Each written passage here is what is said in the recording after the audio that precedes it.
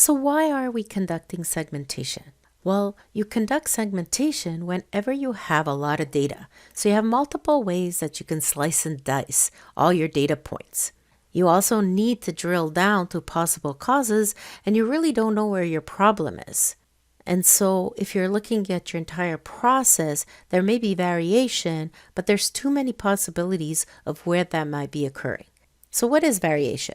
Well, let's look at what segmentation does. Segmentation uses statistics. It looks at the variation, and when you're looking at the variation, you're looking at two things in this case. You're looking at the accuracy through the mean or average of your data source, and you're also looking at precision by using the standard deviation. So let's look at this more closely. How precise is your process? So how consistent are you? Well, think of a dartboard. If you're hitting the dartboard all over, but never hitting the bullseye, then you've got something called a spread. That means that you're hitting all around, but you're not hitting exactly in the middle or your desired target. Well, the way we measure this in statistics would be standard deviation. So what is standard deviation? If you think of the bell curve and you look at the lower and upper spec limits where the center of your bell curve is your target, then your variance is how wide your curve is. And of course, the wider the curve, the more variation you have, which means the wider the curve, the more I'm going to keep on hitting all over the dartboard, but missing my bullseye. Ideally, you want your curve to be as tight as possible and as close to the target so that utopia state would be right here in the center. And if that would be the case, then I would be precise. So how accurate is your process? Well, let's look at the dartboard example again. If you're shooting darts and you're always hitting close to the other darts, but you're not hitting the bullseye, then you're basically off-centered. And the way we measure this in stats is by looking at the mean, which is the average, or the median, which is how many times the same dart hit the same spot. And of course, we measure it next to the target, which in this case would be the bullseye. Another way of looking at it is the bell curve. Once again, we have our lower and upper spec limits. We've got our target right in the center of the bell curve. And then, of course, we have our mean or median that turns out to not be equal to the target, in this case, giving us that off-centered. That means that our curve is skewed and we need to push it to the right side.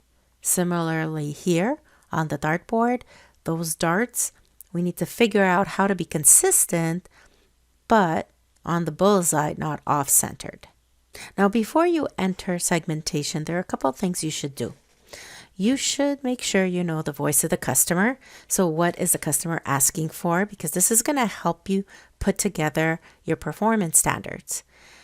You also need to put together a SIPOC, which is a high-level process with inputs and outputs. This way, you establish performance standards, which I mentioned earlier, and that's basically knowing what your target's going to be and what's your tolerance. And finally, you have to have access to all of the data. Now, how does segmentation work? The process is simple. We start by putting together our performance standards. We collect the data pool. We calculate the span for the entire data pool, so all your data points. Then we analyze the results.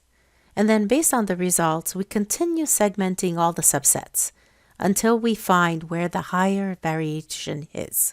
The idea is any span calculation within a subset that has a higher variation than the overall data pool variation, which is the first thing you calculated in step 3, would tell you that that's the driving force for your variation in the process. And once you know that, then you can utilize root cause analysis techniques to put in place some solutions and remove that variation. So we're going to go through each step with an example. The first step is establish your performance standards. So as we said earlier, you will need to put together your lower and upper spec limits and your desired target.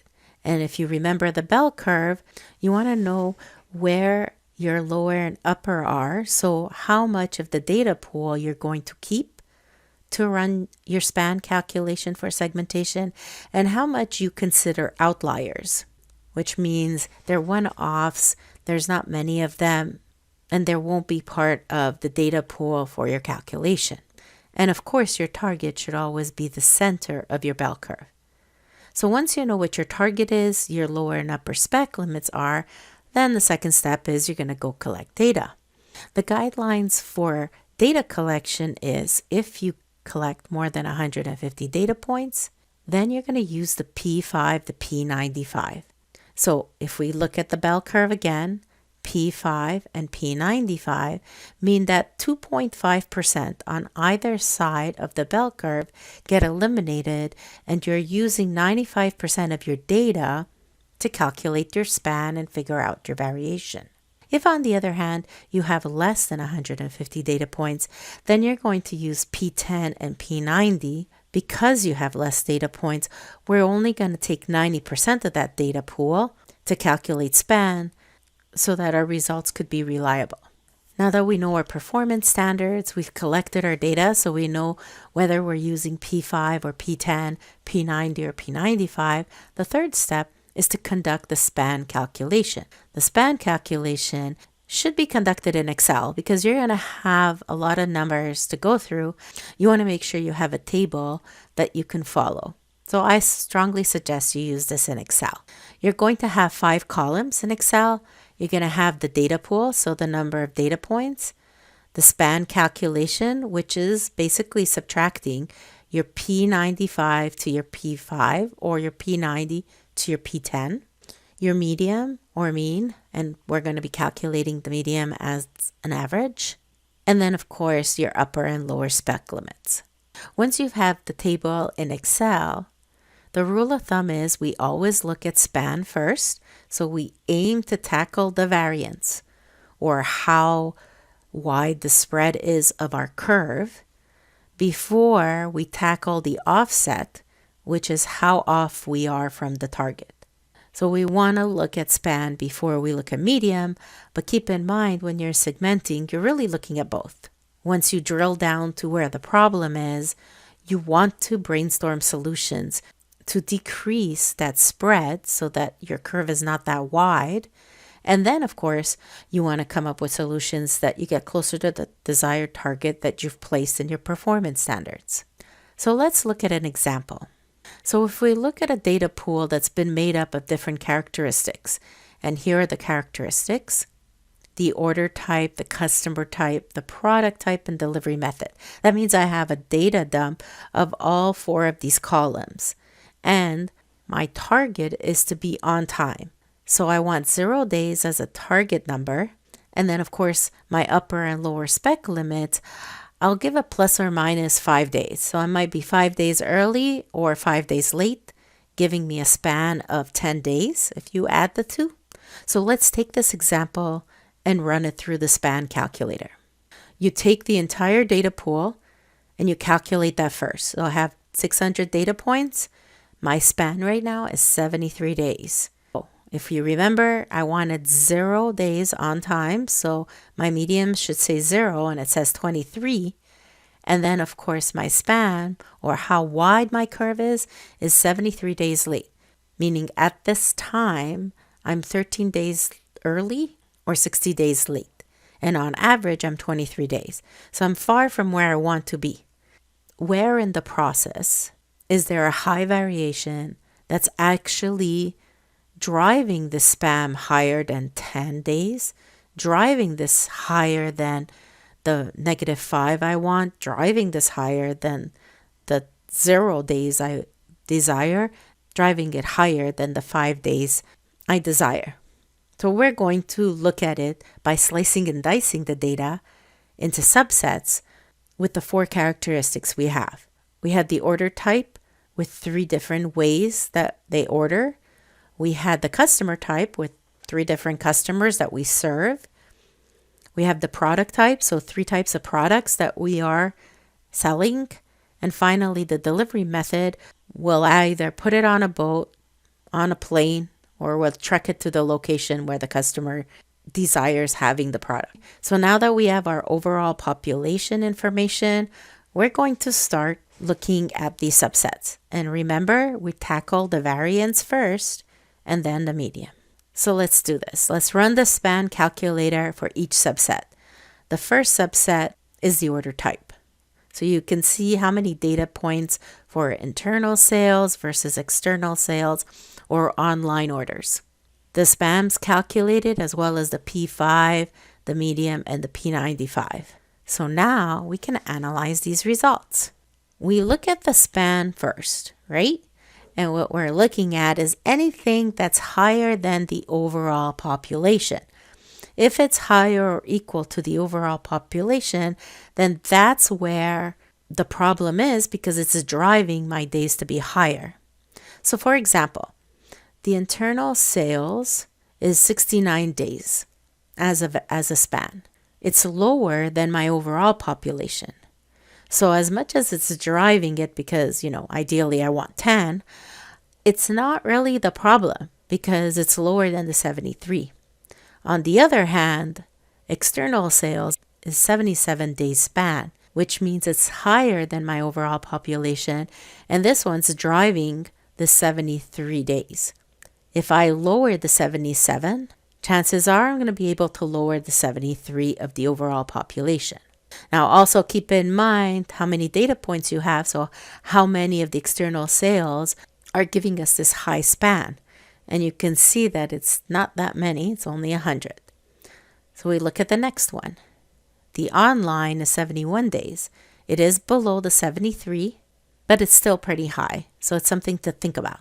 When we look at the medium, on the other hand, we're looking to see what's driving, on average, the days of us being late.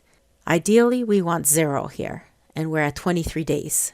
So the higher the subset medium is, the more it's driving that overall population amount. External sales, once again, and online sales is a close second, though it is less than 23 days. And if we would lower the online sales, maybe we'd tackle this, maybe it'd go to 20. Chances are it won't do much of a budge until we remove the ones that are a lot higher than the overall population. And that's how you got to look at span and medium. Whatever is higher than the overall population, that's where your problem is. That's where the higher variation is that's driving the overall variation. So let's look at the other 3 characteristics. We've got the customer types. You can see here the OEM is a real problem, right? Both medium and span, but the military, when it comes to medium, we're late 26 days on average versus the 23 of the overall population. So it's also something to look at. The good news is there are not that many data points. The majority are under the distributor, and the distributor is averaging 16 days. So we're doing something right here. Ideally, of course, we want 0, but we're actually getting to these guys a lot faster than the military and the OEM. We should figure out why that's happening. But before we figure out the medium, we gotta look at the span. And in this case, the OEM span, almost 3 months, is really high. We need to understand why that's happening. If we look at the next characteristic, which is the product type, you can see here the worst contender is the AZ270, 98 days of a span or a spread, which is way above the 73. Not only that, the majority of the 600 is really where the high variation is.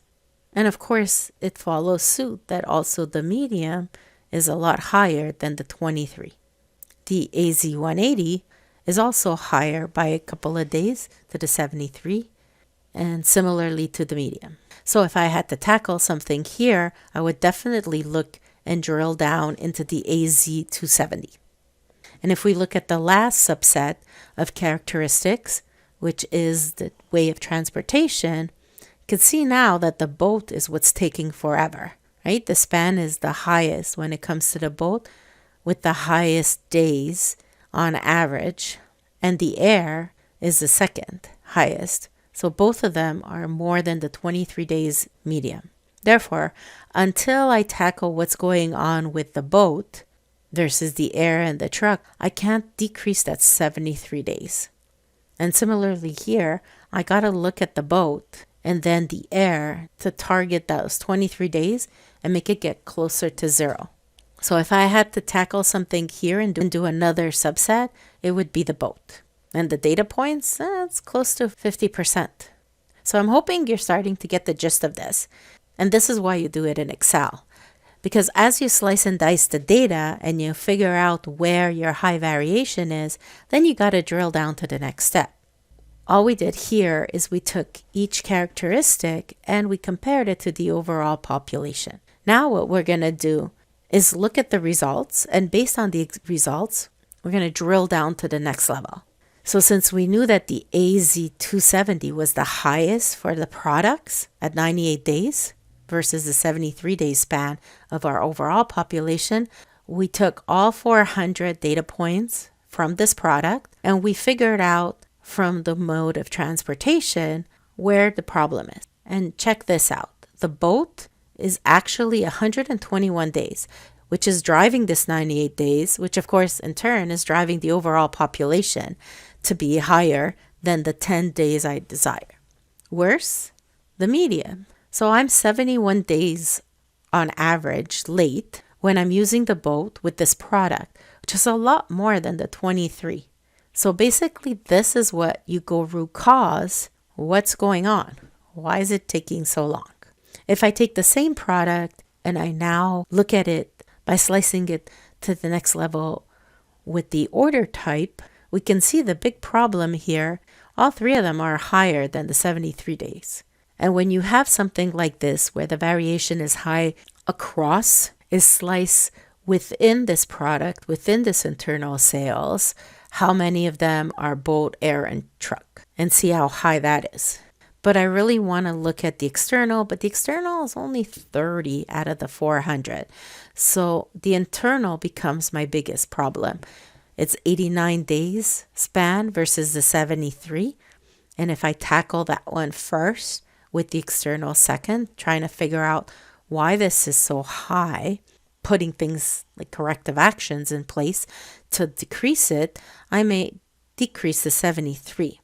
Now, before I would even do that, I would slice the AZ270, I would take the internal sales, and then I would take which way it gets shipped and see if the number of span is as high on the boats here as it is within the internal sales.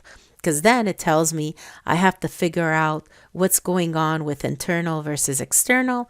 I got to figure out what's going on with the boat. And once I figured out the span issue on what I'm trying to resolve, then I look at the median. So how off am I from my target of 0? Or in this case, at least, how off am I from the target of 23 days? And of course, external sales is 54, which is really high, and so is internal sales with 30. So the idea is to tackle these two first, along with what's happening with the boat, and do a cross-section where you want to know how many shipments by boat are external sales, how many shipment by boats are internal sales, so that you can drill down and see if there's a higher variation of the boat in one or the other that's also driving that high span. And once you do that, that's when you use the root cause techniques in order to find solutions to reduce the variations. And while you're reducing them at the lower level, the overall population variation is also going to reduce. If we take a look at the root cause techniques, and we're definitely not going to be going through how they work in detail in this video because we're really talking about segmentation, there are some simple techniques that you can use after you've segmented your data to see if you can find solutions to reduce that high variation. And some of these techniques are using the what if scenario. So this is just brainstorming ideas and seeing if it's viable or not. The 5 whys would basically be asking yourself why, and answering because to see if you can get to the root cause. The fishbone, also known as Ishikawa diagram, can help you put down all the causes of why something's happening, and then you go solution each of those causes. Also a great brainstorming tool for root cause techniques. And finally, you should go to the Gemba. And if you don't know what Gemba is, it's basically going to the place where that's happening and watching the process to see where all of the time is spent. So reviewing what segmentation does is it basically helps you understand where your problem is. What do you tackle first? Which, of course, should be the spread or the variance. And the second thing you would be tackling would be the off-center or the mean. I hope the segmentation video was helpful for you. For more information, feel free to contact us at our website or give us a call or leave a comment and let us know what you thought of this video. Thanks for watching.